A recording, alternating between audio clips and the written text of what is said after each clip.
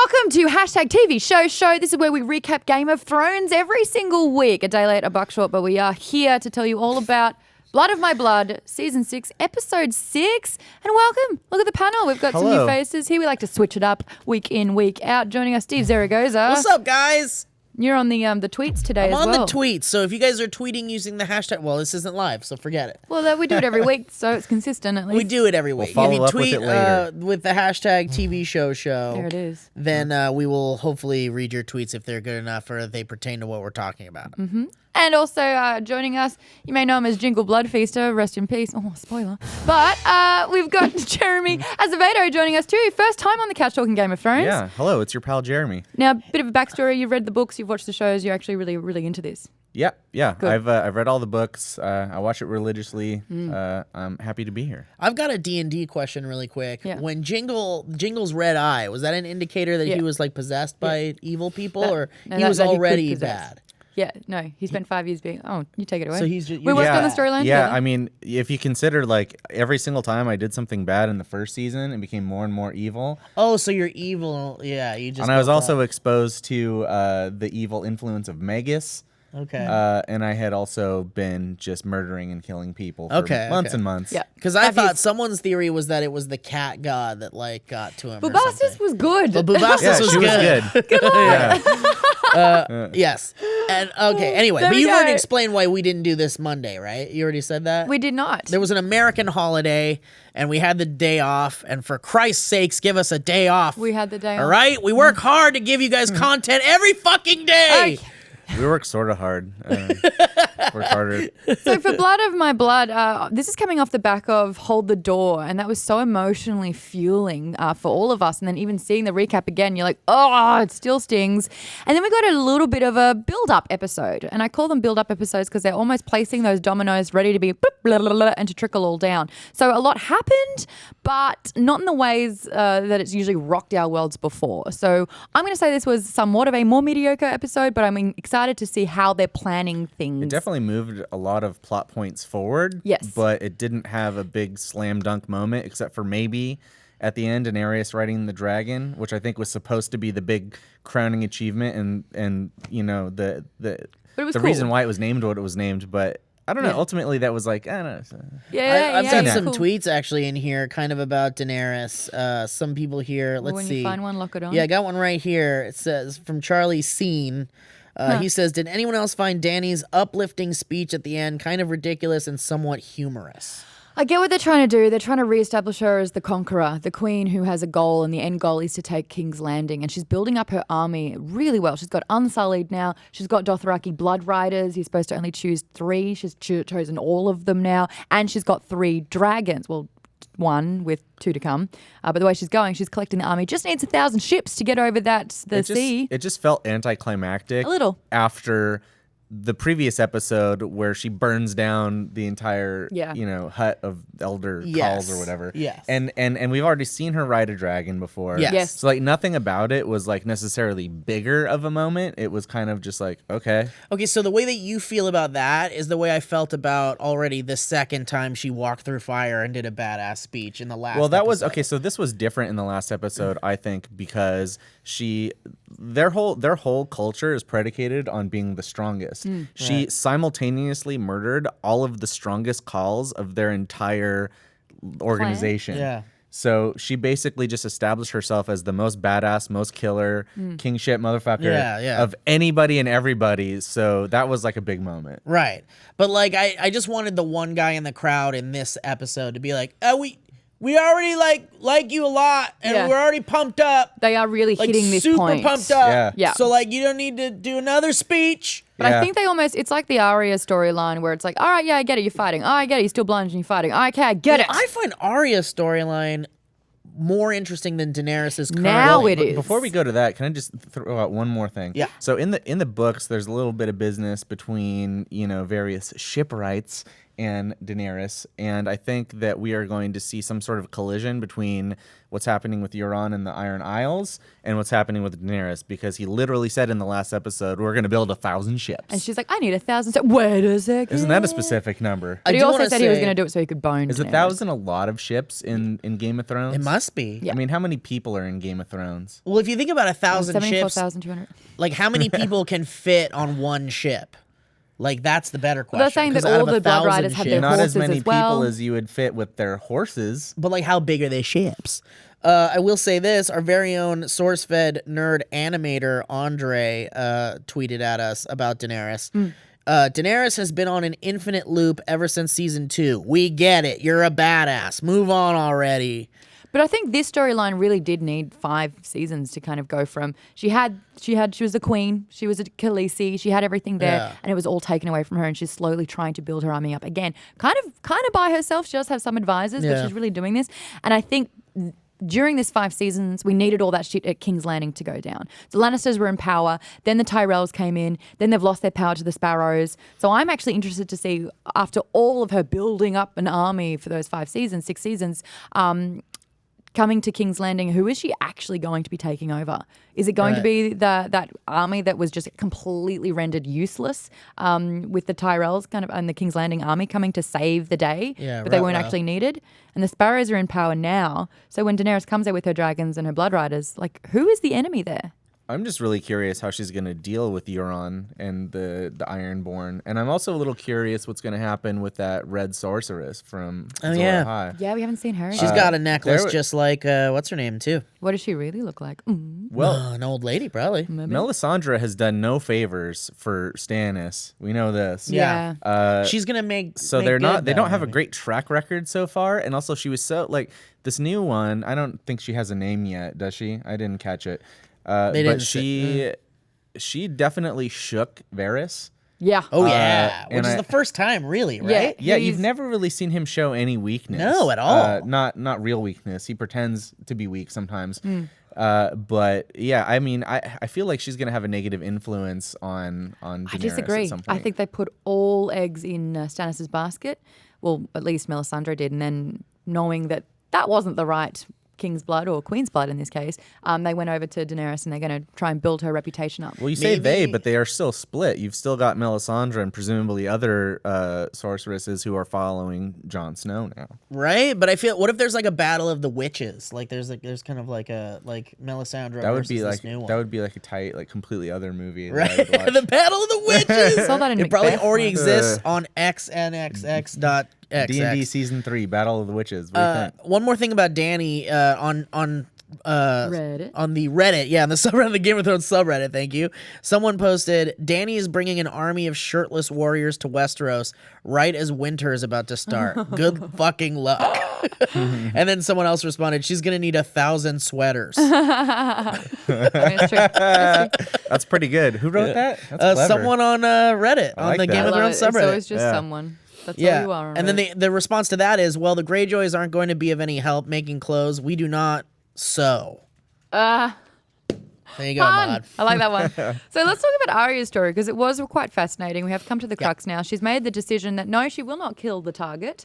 She sees the actress playing Cersei and actually really kind of likes her. Even though she poisoned the drink, poisoned her whiskey or bourbon or whatever kind of dark ale she likes to consume post-play, she snapped it out of her hand and went, nah, and by the way, she wants to kill you. Pff, I'm out, motherfuckers. Do you see a slight juxtaposition between, or at least story parallels between Arya and Waif, the Waif girl, and her kind of like seeing a parallel between the jealous actress girl Maybe. in the play? Because the Waifs Yeah. wanted to bring down Arya from day one. Yeah, and We she know seems that. jealous. Which Yes. it seems kind of counter to the way in which their organization is run, too. Right? Yeah. It doesn't really make sense that they would have any emotion at all whatsoever. And this is what's so interesting about that whole thing to me. And I think this is a really big moment for Arya. Arya is potentially one of the most dangerous warriors in Westeros at Yeah. this point. She's been trained as an assassin. She has ticked off so many people from her list. But it's also kind of a sad moment because if you think about it, what the Faceless Men are offering Arya is probably the most therapeutic thing that could possibly be experienced by her. Yeah, It's the only way to really kind of discard all of the negativity and horror that she's lived through is to just not be that person anymore. And she was so close to just discarding all of the baggage that goes along with Arya Stark and just becoming no one. And there's like a certain beauty in that. It's an escape, and she failed to escape. But she can't escape who she is. That's the test as well. They know that sending her to that play where the actual truth of how the events took place was so manipulated and so changed. Like she's watching it, realizing that Joffrey is portrayed as a hero, and it's such a loss as this noble man who, was killed, and who did it? Well, it was Tyrion. It's like lie. The fact that her father, who was probably the best guy out there, which is what got him killed, was portrayed as this like loser, sniveling idiot. Yeah, just like a lewd, bumbling. Yeah. And to, for her to kind of know the truth, and for this to be the common person's truth from now on, she realizes that reputation will always supersede the actual events that took place. And because this play is out there, this is how the records will be stored, and this is how it will be what the truth will be from now on. And I think she's like, bullshit. Nah, and that's the real test, because she's just like, I'm a Stark. This is important. I want to right this wrong. But I just feel like Jaquen, is that his name? Jaquen? Jaquen? Yeah. I think I'm saying it right. Sexy Jesus. I feel like sexy Jesus, Jaquen, had to, on some level, know this to be the case. For and sure. I wonder, like, So that's that's my theory. I'm always looking at people like him and Varys and Littlefinger and wondering, are they all in on some conspiracy together? Are they all working towards a greater goal? And I feel like he would be able to, in all of his experience, recognize this in Arya and be working to train her. For all we know, he could be Syrio. Well, I see. Okay, that was my theory before we started. I read it online, but I love it that was my Roberto Downey Jr. because he looked like a Mexican Robert Downey Jr. But I feel like he might be that guy. Yeah, I love that theory. It's probably He's been training not, her from the start. There's no way. It's There's really no way not he's just true, like, but- a girl is actually Arya Stark after all.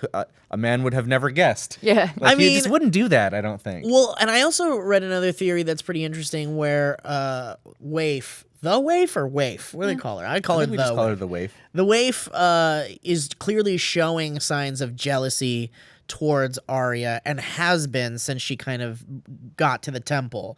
And so I feel like it's that Jaquen guy's like kind of, he's already noticing that. Yeah. Like he's noticing her jealousy, and so he's more like testing her. When we know this because than she says Arya. you promised. Yeah. You promised if she didn't pass, I got to kill her. Yeah. He's like, just make it quick. Yeah. So I don't know, but I mean, it kind of goes against the many-faced gods kind of like will for them to let Arya consistently screw up their like assassination attempts. And like who's also putting the money towards these assassination attempts and then not getting a return? Like who's still trusting this like organization Right. after there's so many Well, yeah, this girl got non-deaths? outed. She obviously Yeah. wanted to take Cersei's role. We saw that because she's in the sidelines, mouthing every word of that passionate moment that Cersei's character has in the play. And to be outed like that, going, she wants you killed. It's like that's a rippling effect where Yeah. it's like, I don't actually know the answer to this, but is the many-faced god and the stranger the same thing? pretty much. Because don't they always have an out where like one cannot know the will of the stranger? It's mysterious. Right. Like, Yeah. I'm Well, sure and they they say can the just explain same. everything away. Yeah, and with the many-faced god, they're like, it doesn't matter to the many-faced god. Like, there's so many, like, when Arya comes and says, like, oh, I killed someone else instead, it's like, well, it doesn't matter. Like, sometimes it matters and sometimes it doesn't to the many-faced god. So there's this kind of inconsistency going on a little bit. Yeah. I don't know. Whatever. I don't know why you'd even want to live in that place. I would just like to point out, it seems like a really dangerous place to live. Right, in that like, city. It's totally fine for just anybody to have you executed for any reason. Yeah. Right. Just like Right. because they're jealous Well, or they yeah, don't like how you're dressed, or it could be anything. But I was actually reading, I don't know if this was in the books, or I think it was in the books, but I was actually reading about how, like, anybody could basically pay for anybody to be killed, right? And so, like, why not just pay for, like, fucking Tommen to be killed, or Cersei, or whatever? Why not do that? But it's because apparently it's, like, the cost of such a, like, a risky kill would be insurmountable. It's like someone said on the subreddit that like if they wanted to have an assassin go kill Daenerys, it would cost like the same amount as like a massive army. But nobody really didn't they has have? that. Weren't there assassins that tried to kill her in like season 1 or 2 Well, but or not something? of the many-faced god No, guys. that was just sending a merchant to poison some wine. Yeah. Different. I guess like if you're paying somebody from the many-faced god, you're getting what you paid for, Right. Presumably, right, and right? their track record is so perfect, and they like absolutely take care of it. Was It's so like- perfect. Am Well, I right? know, but it's until Arya came around. Yeah. So is I bet someone that else actress picking was up in her? on it too. I think everybody's Yeah. suspicious. That's fair. I want to know from you guys, though, did you suspect that this was going to happen? That Arya would decline the target and not fulfill what I she's supposed to do? I did not So foresee soon, that even? because I Okay. felt like he told her, like, this A is girl it. has her last chance. This is the last chance. Yeah. And like, why would she even tempt that? I would ask a follow-up question. Why would we even be following her all this time if she wasn't eventually gonna go get her sword and fuck off? Yeah. Yeah. You know? What do you think the consequences will be? Obviously, we know the waif is going to try and kill her. She's going to be hunted and targeted by the waif for we don't know. And the fact that the waif can take on any identity. Now, when we see Arya's storyline, any one of those people that she's coming into contact with could be the waif. That'll be exciting. Ooh. And where do you think she's going to go now that she's got Needle? Well, okay, before that, did you guys get the feeling, because like in the scene, remember when Arya has Needle and she's in like her little cave and she blows the candle out? Like, I didn't think anything of that. I just figured like that's her going to bed or like waiting for the waif, basically. Like, but I think it was Owen. I was watching with Owen. Owen was like, "Oh, that's so cool. That's her blowing out the candle because she's gonna fight her in the dark, blind, basically." And I didn't really get that. I don't think I the don't think waif she'll is gonna strike find soon. her that quickly. Well, if she does, though, do you feel like her blowing out the candle is like maybe Arya's gonna attack her in the dark? Like, I think people blindness in just a don't way, sleep or- with their candles on. She's not afraid of the dark. It's just stupid. It's symbolic, Jeremy. Yeah, is No, I it don't symbolic think- of her fighting? I don't think we her need as to read into blindness? every single thing, but I mean, we could. Kevin K here on the Twitter says, "I find myself caring more about Arya's storyline than anyone else's. She's changed so much and become a badass." That's pretty accurate. I think she's great. Like, I've always given Arya the benefit of the doubt. Like, and when her storyline was kind of, I've always been like, yeah, but she's such a fucking badass character, Yeah. and always has been. I feel like I never, like, I've always felt Daenerys for me has always been a roller coaster. Like, I'm bored of her storyline. It's kind of cool again, but Arya has always been like, I'm just waiting for her story to pick up again. Yeah, yeah. I was never like worried about her storyline. Game of Thrones is all about sort of legendary heroes and their adventures. And as far as legendary heroes go, Arya is probably the most unlikely, and I think that's what makes her so interesting.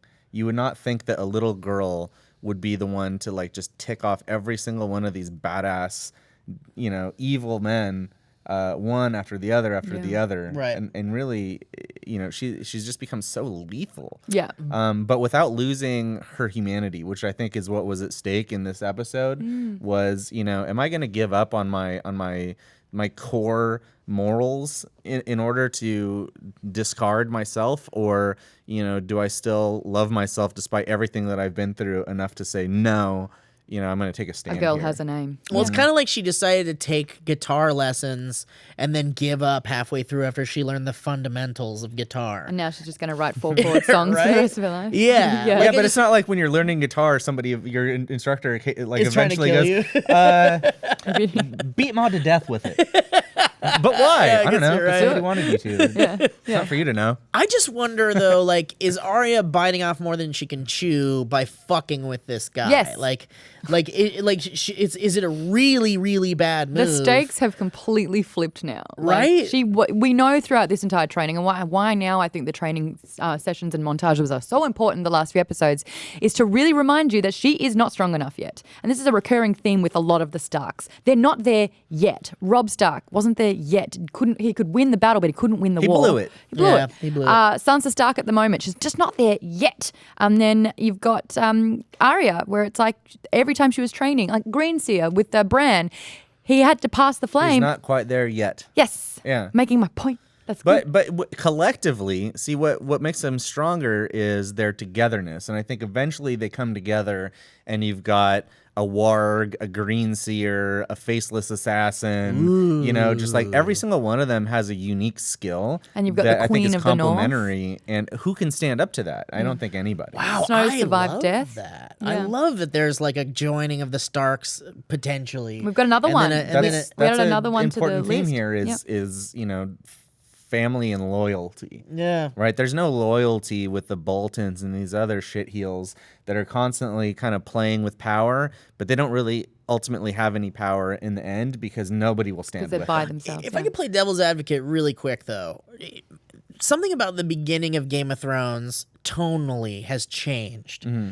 Like, I remember watching the first full season of Game of Thrones and thinking, here are like amazingly well-written characters that you fall in love with, that are morally good, that are like very relatable characters that they just like, fuck it, they can just die on a whim. And when they killed Ned Stark in the first season, it made me feel like, oh my God, this is the first time a show is going to show. The character you're invested in dies. And not just that, like that like in real life, people who are good and heroes die like every day, and the good and evil prevails, but good is constantly battling it or whatever.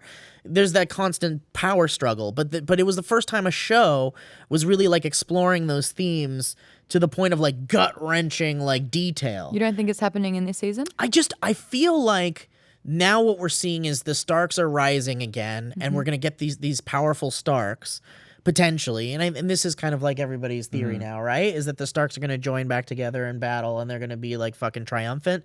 But I wonder if that does it just shift the series tonally too much? Like now Not we have yet. these, because it's like Jon Snow is now like he's got plot armor. He's never dying again, probably. Like, and now like Arya, no way they're gonna kill off Arya.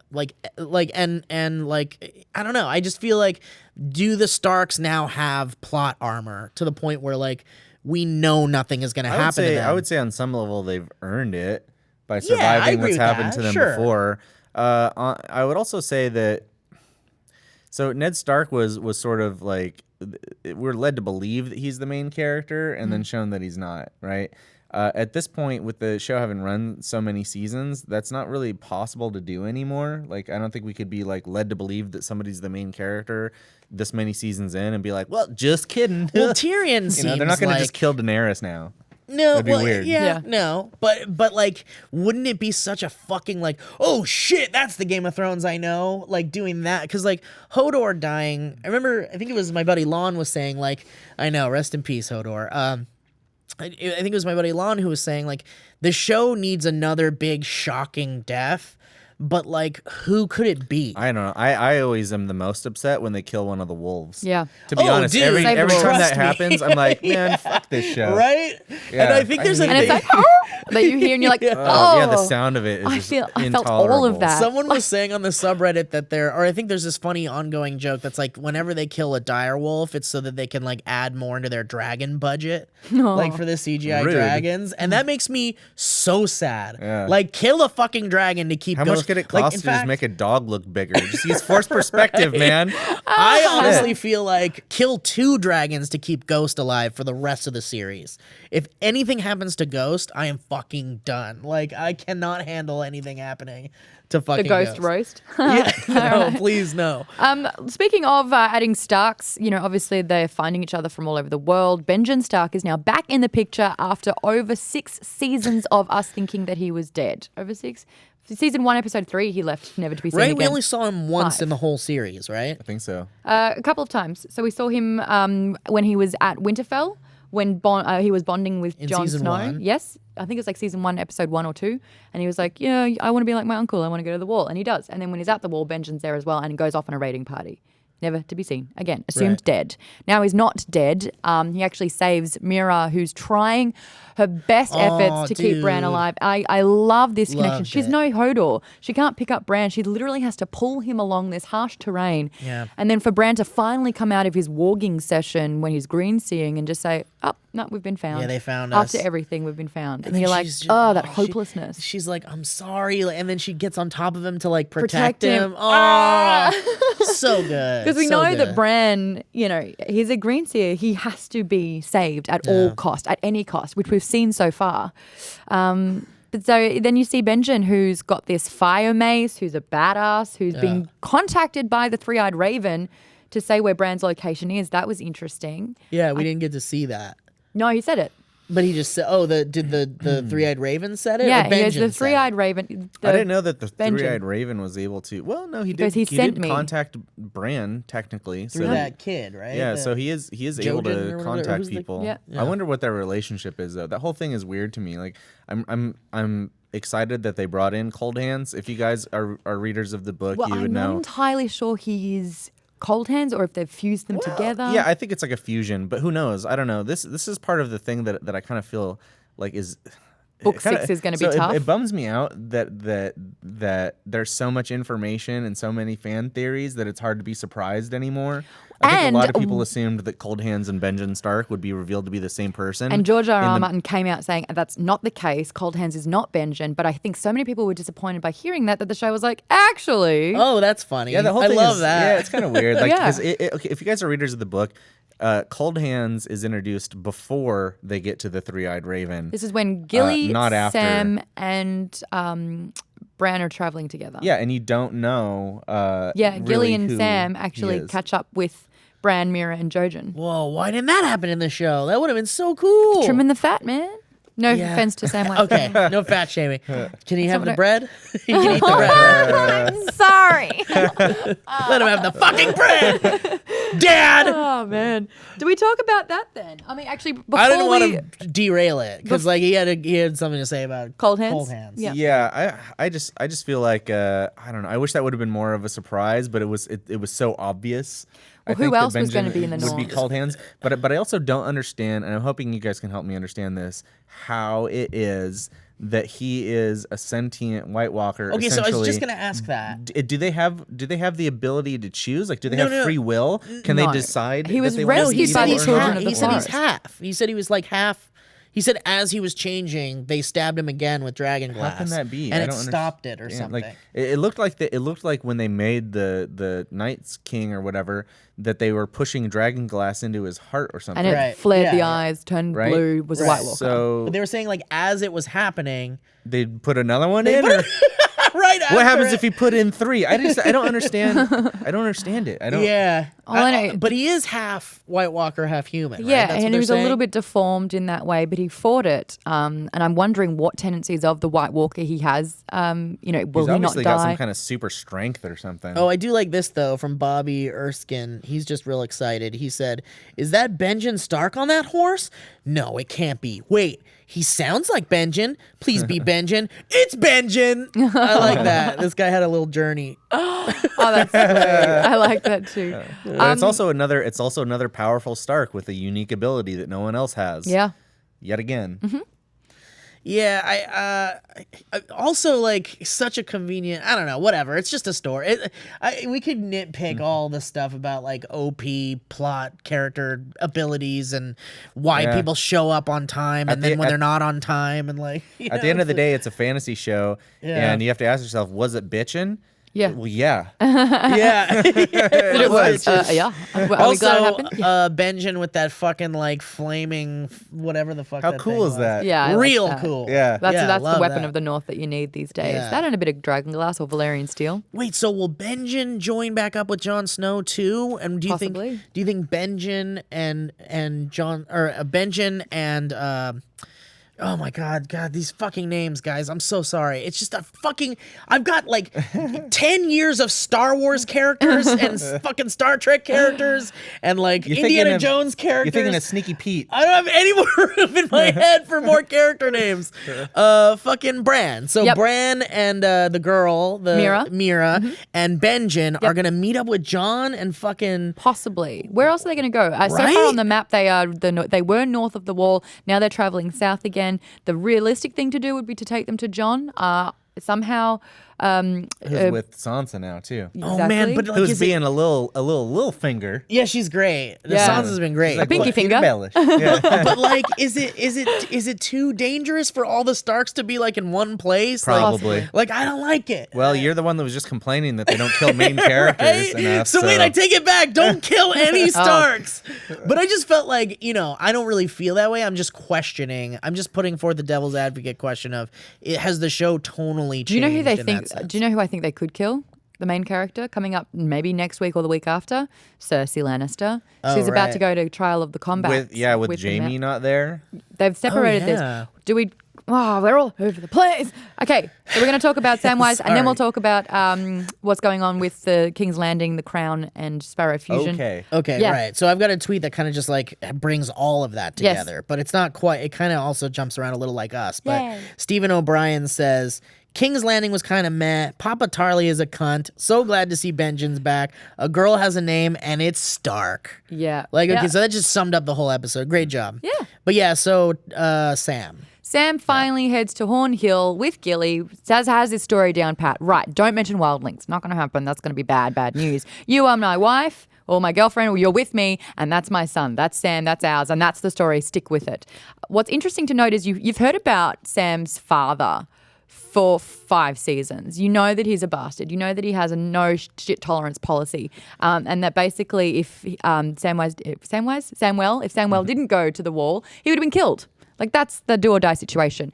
But to have his mother and sister so openly welcome the two, like straight away, Sam's sister was like, you're my sister now. Welcome to the family. They were so nice. You see a complete balance, and you see where Samuel gets his good-natured heart. It's from it's from the women in the I family. thought that was kind of weird. Like I would have imagined that the father would have broken their spirit by now, right? Like that they're able to she stand does up to defy him. him. Like, though. Well, maybe he's not that much as, of a dick when Sam's not around. He seems or something. as bad as Frey. Like you would think Yeah. that he would like abuse them and beat the shit out of them or something. Keep 'em like in line, I don't yeah. know. Like, I was surprised by that. Maybe it's one of those things where like it's just like a front, and the real person with the pants on Or is maybe Sam's he's just mom. like tougher on the boys or something. I don't know. Maybe, yeah. Because he's the firstborn, so he's supposed to hold the Tarly legacy. I thought it was weird that Sam would even go there at all. Like Right? Yeah, like how did he not expect his dad was going to be like a super dick? Because he had a story and he had a plan, which backfired. Which Super backfired. Which how leads mad us- would you be if you were like meeting your parents with your significant other and you asked them, please just don't, there's one thing that I would like you to not mention in all of the things that exist in the world, do not mention this one thing. And the first thing out of their mouth is like, so I'm a wildling. Yeah. Well, I do have to say, I feel like Gilly organically spilled the beans. Like it Didn't seemed, mean to. It seemed so accidental. Like she to was the point too busy where, like, defending oh, fuck. Sam to his father. Because, like, how was she to anticipate her father would be so on that story to the point where he was like, wait, where were you traveling when you fucking did this? Down Like, to see? Castle I mean, Black. I honestly think it was very organic how she spilled the beans. It was organic, but I still would have been a little upset if I were Sam. like, it just didn't seem like a story moment to me. Like, would as someone because wrote it. It ended in his banishment. It ended in first, like, get out, never want to see you again. And by the way, I'll make your wifey pants a cleaner of the house. She can work for us forever, Wait, but I won't kill her. Was there any mention of, like, because Sam was banished and went to the Night's Watch, He right? sent, so Randall sent his son, Sam. Become a man or something, Yes. right? Yep. And then obviously Samuel has come back still on the Pudge side, and he's just like, you're still like a pussy pants kind of deal. Which is interesting because, like, I guess it's just a genetic thing, right? But if you're at Castle Aren't they Black, starving? right? would Like, think. should have dropped a little weight, right? Like, You think? But that's why, like, your face is in a book the whole time. Yeah, You're not well, getting out there. It's a genetic thing. It looks like, working although it. none of his family seems chunky. Maybe he was eating the books. Gotta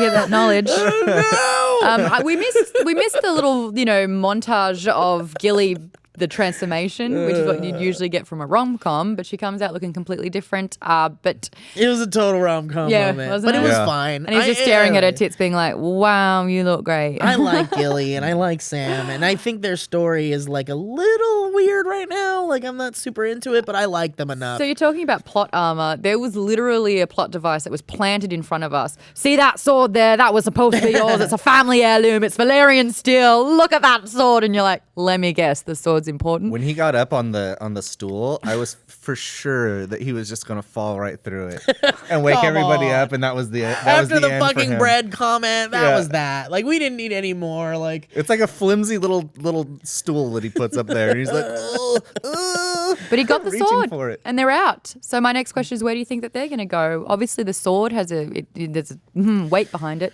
Damn it! I don't mean to do that. I can't do Well, it. they're still gonna go. They're still gonna go to Old Town. They have to. Right, His so he's father's become a gonna maester. know that he went there, and he's gonna be mad that they took the sword. Yeah. So I don't think that he's gonna just get away with it that easily. Well, would they go to where they would suspect him to go though, or would he just? he has to. That's like his mission. Like, He has to John become a sent him. maester. yeah, he has to go to Old Town to research White Walkers or something. I can't remember. John Pretty sent much. him, right? Yeah. Find as much out about the impending long winter and what the White Walkers are all about and how we can defeat them. I mean, we kind of already know though. Although we have one more season, He's gonna come back like 10 years later. So here's what I know, and it's gonna Oh, be no, all we- done with. And yeah, we Bran's got like, him no, already." look, I had like this vision like 10 years ago. Yeah, I've got it. Yeah, we figured it out, bro. Uh-huh. Speaking Sorry of about- visions, something that I think is very important was when Bran was having his flashes. He So he's watched going on Game of Thrones. He watched the whole. Basically. He binge watched Game of Thrones. He was just an exposition masterpiece happening. But a lot of the flashes that we saw, we already knew about. But we saw a flash of something that had been talked about, but we'd never really seen before. And I don't think accidents happen on this show. We got a glimpse of the Mad King yeah, for the first time. releasing wildfire. Remember how that was the reason why Jamie was like, I've got to kill our king because he's just mad. And he issued, burn them all. burn Or them all, everyone or burn whatever. everyone. But and that with wildfire. Now Bran knows about wildfire. Could this actually be the weapon that they need to destroy the White Walkers? Well, Is I this mean, flash Tyrion already important? knows about wildfire too. He used it in season. The Battle of Does Blackwater. Tyrion know about the impending White Walker doom though, or he's not really focused on that? He's more focused about getting Daenerys back into power and her reputation being. Yeah, it's not necessarily at the forefront Formidable. of his mind. I Well, don't but think. also dragons against He's read White about them. Walkers is probably like not a big deal, right? Because they blow fire. That should probably be all right. right, and yeah, you would 3 of assume them? dragon glass is made from dragon fire. Some kind of So they're probably cool. Yeah. They're probably taking it. Speaking of dragon glass, Wait, why don't they just use the dragons to make a bunch more Valerian steel I mean, maybe and they dragon will. glass and shit? Yeah. While they wait on army, the the boats. army with them. Check out this tweet from Akila Sankaramanki. Whoo boy. Say sorry. I'm sorry. They say, so Dragonglass can do anything, make White Walkers, kill White Walkers, stop people from dying. Like this Dragonglass stuff is pretty adamantium, unobtainium. Yes. Right? Like it's kind of like the adamantium of the Game of Thrones universe. Yeah, and Valerian steel as well. That's why this sword, Heartsbane, I think it's called. I believe Oh, is so. that Sam's? Yeah. Heartsbane, and then insert it into a heart. Oh, one more about the Mad King. There's another theory that the burn them all or whatever he says is Bran maybe like having him say like speaking through the Mad King. Yes. But most people are saying like I hope not because like the Mad King being mad and his reputation just being that he was a fucking insane person and not because Bran had some sort of intervention. Yeah, would be I don't better. think there was like any good reason to have Bran influence him. I don't think Bran was even able to influence anything there. I think it was just like flashing before his eyes so Right. fast it was all experiential. But there were definitely questions raised by the Hodor thing in the previous episode. Right. Yeah. If he can just like I don't know if they both have to be there in the same place. Like maybe that's a unique circumstance in which Hodor of now and Hodor of the past were both being experienced by Bran simultaneously, and that's the only reason why he was able to warg I like into that him. theory. But if he was able to warg into just anybody anywhere, that would like completely be OP. Just That OP, would, too OP. You could Yeah. just go back to the beginning of things and be like, hey, don't put the dragon glass into that guy's heart. Yeah, if you just could not do that, that would be Yeah, great. yeah. You know, or maybe even go further back and be like, hey, men of what's it called? The first men? Westeros. don't cut those trees down. Yeah, don't fuck with those trees. Like no good will come of this. But then we wouldn't have a story. Yeah, then you wouldn't have a story, I guess, yeah. So let's head to King's Landing, where, according to our tweet that we read out, was meh. It was a little bit meh. Finally, the Lannisters have decided to work with the Tyrells, or vice versa. The Tyrells realise that they need to combine their forces to be able to get shit done and rescue not only Marjorie but Loras from the High Sparrow. She's about to do the Walk of Shame. She's about to, the Walk of Atonement. that woman had her shame bell ready. She's like, come on, stripper, I'm ready. She loves using that shame bell. She's itching for it. Yeah, she's like ready. Her hand is shaking. And they realise that obviously Marjorie too can't be shamed like this. So they collectively have the army come forward, make this huge scene. They're like, ha, we'll defeat you, hand over our children, yay. And they're like, too late. Never mind. And this is what the High Sparrow is so great at. He doesn't need an army to win that war. Yeah, he just needs a fucking idiot kid. Yep, and he's realised that King Tommen has all the powers, yes, but if he infiltrates his mind and thoughts and tries to use, compassion to sell why the crown and faith should merge, boom. He's in. Isn't that sort of the point of Game of Thrones in many respects, though, that sheer force is never really going to win the game? There has to be something else to it. And that's what the whole Daenerys story has been about, right? Yep. She can't just force everybody to follow her. She has needed to build up a cabinet of people that can manage the other elements of ruling. Well, right? the Lannisters, without Papa Lannister, who was killed by Tywin, without Tywin, they're basically he was the just mastermind. Yeah, they're just these fucking brute force, like kind of chicken without a head. Not type. necessarily. His brother, who is now the Hand of the King. Kevin Lannister? Kevin Lannister is he's equally the one brilliant. saving the sinking ship. At the moment, he is. But he's known to be ruthless and capable. Was Kevin Lannister left at home one time while the rest of the Lannisters went on vacation? And there was a burglar situation? It actually happened 3 times. Turns out. I was like, what's happening? I'm sorry. Stupid joke. Stupid Home Alone joke. I thought you meant because he hasn't really been prevalent in the show so much. I just feel, okay, so maybe with this Kevin Lannister guy, maybe he could, it's just so that weird. That makes you laugh every time you say it. I know, Kevin isn't exactly like a ye olde name. It's like Cersei, Brad, Kevin. Yeah, I'm Kevin. But I just feel like the Lannisters are so impulsive without Tywin, who was like a planner. Tywin would use money to win people over. He had formed alliances, bail allegiances. himself out when one of his kids did something stupid. But he was also smart, and Super I smart. feel like there's no real smart Lannisters right now. They're all very impulsive. They're all Cersei like, had kill it, false scheming. She was like, I'm better. I don't need my father. I can do it. And she caused a shitstorm. Yeah. And then the separation of Has Jaime she and Cersei. ever made a decision that worked out No, to her benefit? I don't like think the whole so. Sparrows thing is kind of her fault. It's exactly her fault. She initiated them into power, thinking that it would bring down Marjorie. She always has like closed tunnel vision, and all it is I want to be in charge of my son, and that's all that matters. Mete P fan says, it was a great episode. However, I think Tommen needs to die soon, and the Mountain should be the one to kill him. Hashtag Mad Queen. That would be too brutal. Like that, even for this show, that would be too much. But I wouldn't put it past him because Qyburn does not belong to Cersei. Like Qyburn, who made the Mountain, reanimated him or whatever, doesn't give a shit who's in power. Like as long as he's safe, he's a mercenary. The thing about Qyburn as well, though, Sparrows, then, is what he you're would saying? work with whoever. Like no, Qyburn's already becoming the next master of spies and secrets. He's sending out the children He's by like the giving new them Varys. sweets. yeah. So why does That's he? it. Why does he need Cersei? Like He doesn't I think necessarily. he would double cross The her. only reason why he was with Cersei was because he was banished and banned from doing all of that dirty, nasty business. The and alchemy she was stuff. Exactly. And Cersei was like, "Name what you need," and he's like, "I need body parts." She's like, "Done." Gross. Whereas it's grounds to kill him. She's letting him do whatever he wants, and he's reanimated a dead corpse now. Just to see that the Mountain like ripped Tommen in half, like holy Like a rag shit, like in doll. front of Cersei too. I think Cersei would just like spontaneously combust. She would snap. She would that would be the end of it. Yeah. Watching all of her fucking kids die, essentially. She'd Yeah. go too if that happened. But I don't know. Tommen ain't gonna survive. No, Straight we can all up, agree that there's Tommen no is just way. a malleable piece of putty that anyone can control. He's so soft. He's But- like a little hard-boiled egg. Marjorie, on the other hand, has always been very, very cunning. She gets the game.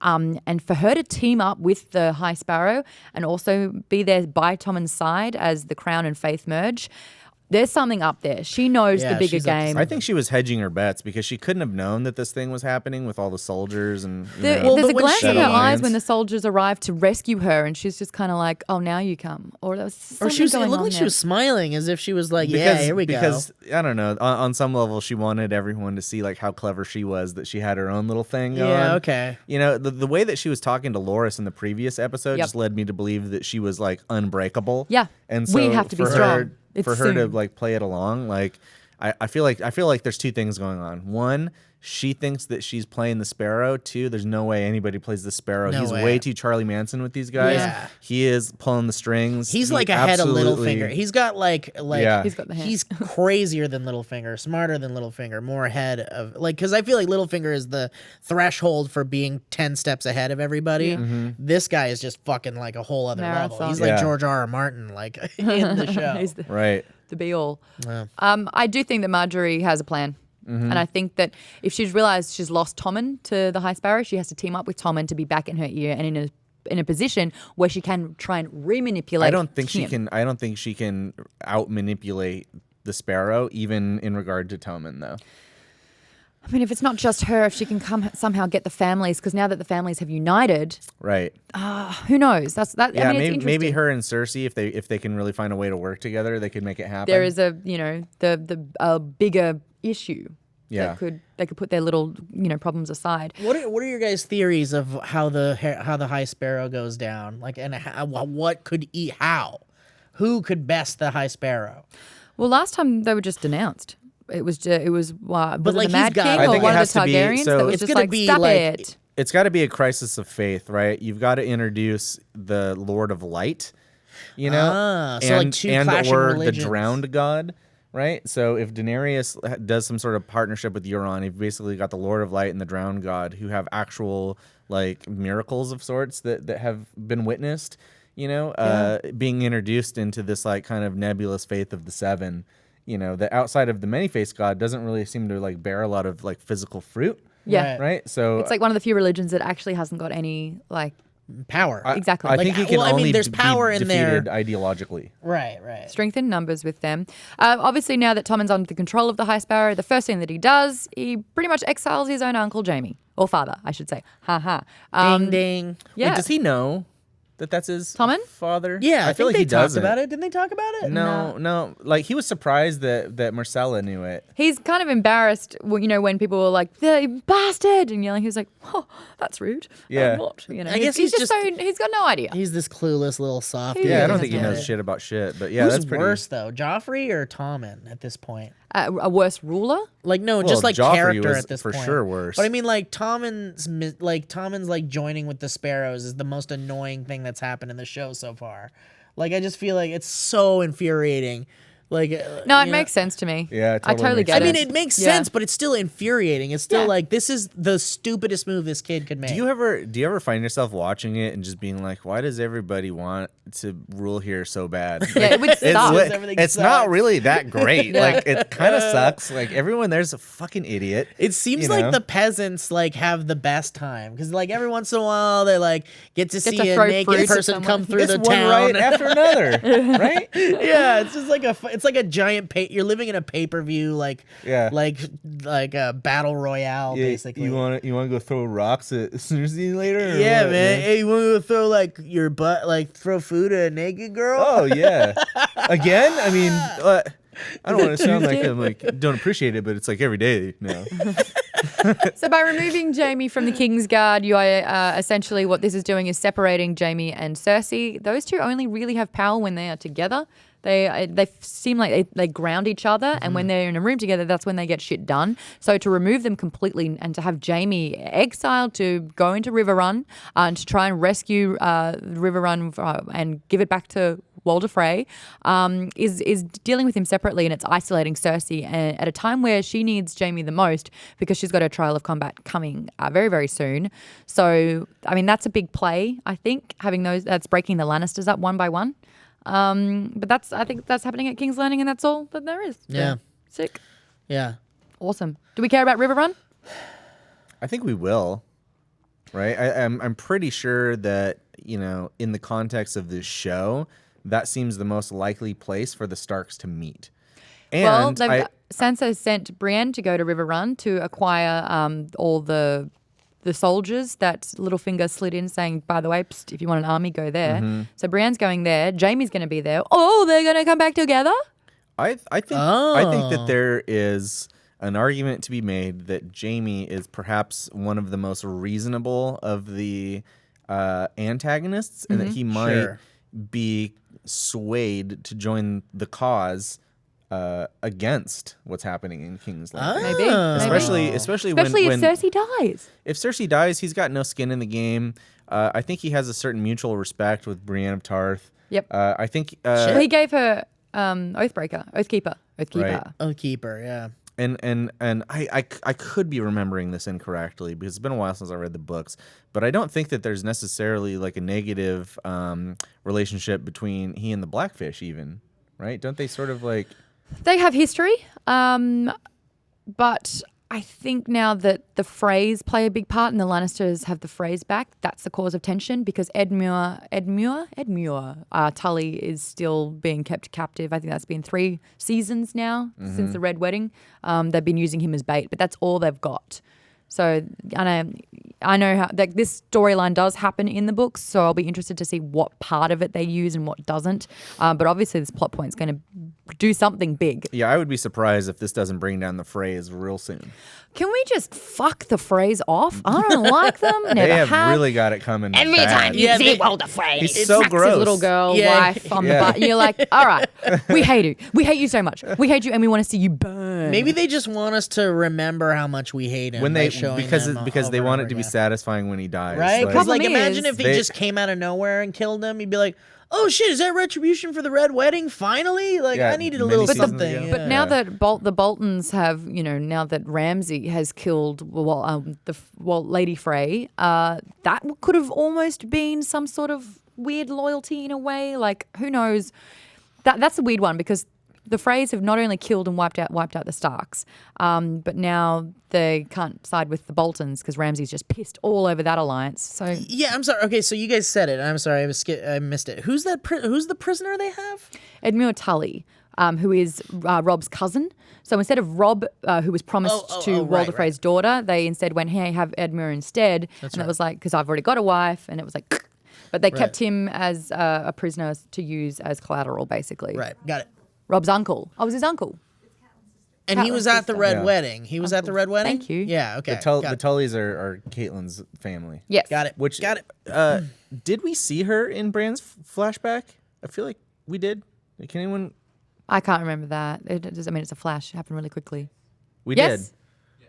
There has to be Yay. some meaning to that. Yes. Maybe we do get to see her return.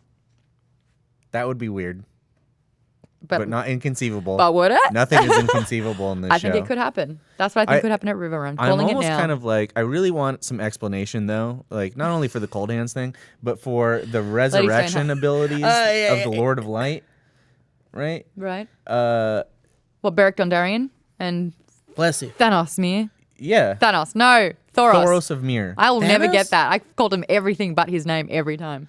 Thanos is a different. If people can just keep being resurrected, there needs to be some stakes for Right. it. Right? Because, like, John seems like A-okay. Like, there's no side effects to being dead and I brought missed him back this by episode. a red witch at I mean, all. he's maybe even more emo than he already was.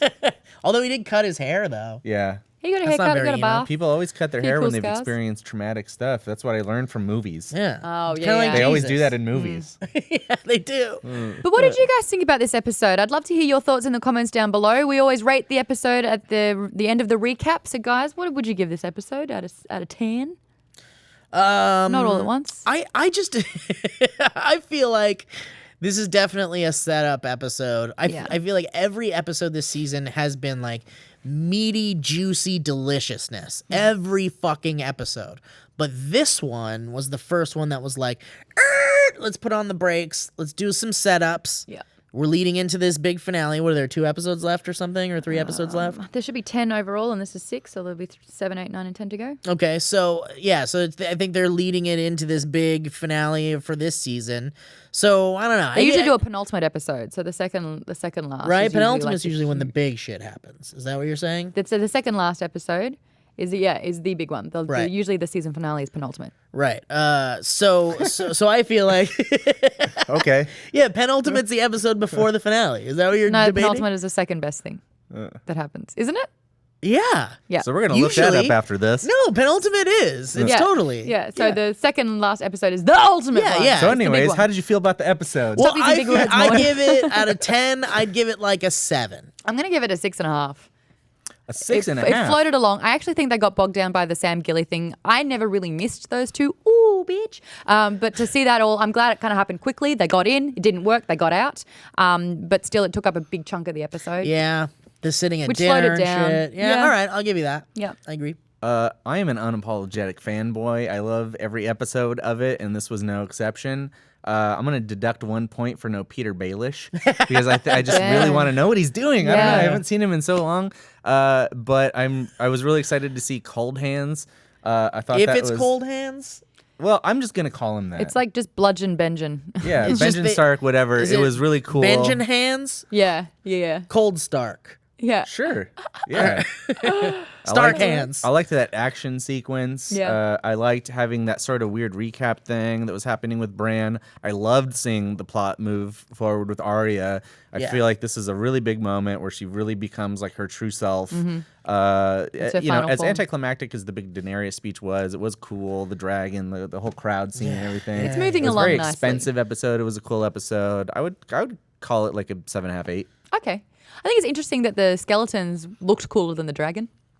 Yeah. Did you notice the skeletons like running along The and getting special blown effects up? for the skeletons were so good. I but loved always it. good. I still can't wrap my head around how they move though, right? Well, and especially how do you when- stab them with dragon glass? Well, remember then? when they got? There's no meat. It's There was a moment bone. when one of the skeletons was stabbed in the heart too, and it was like, Yeah. ah! Like what? What?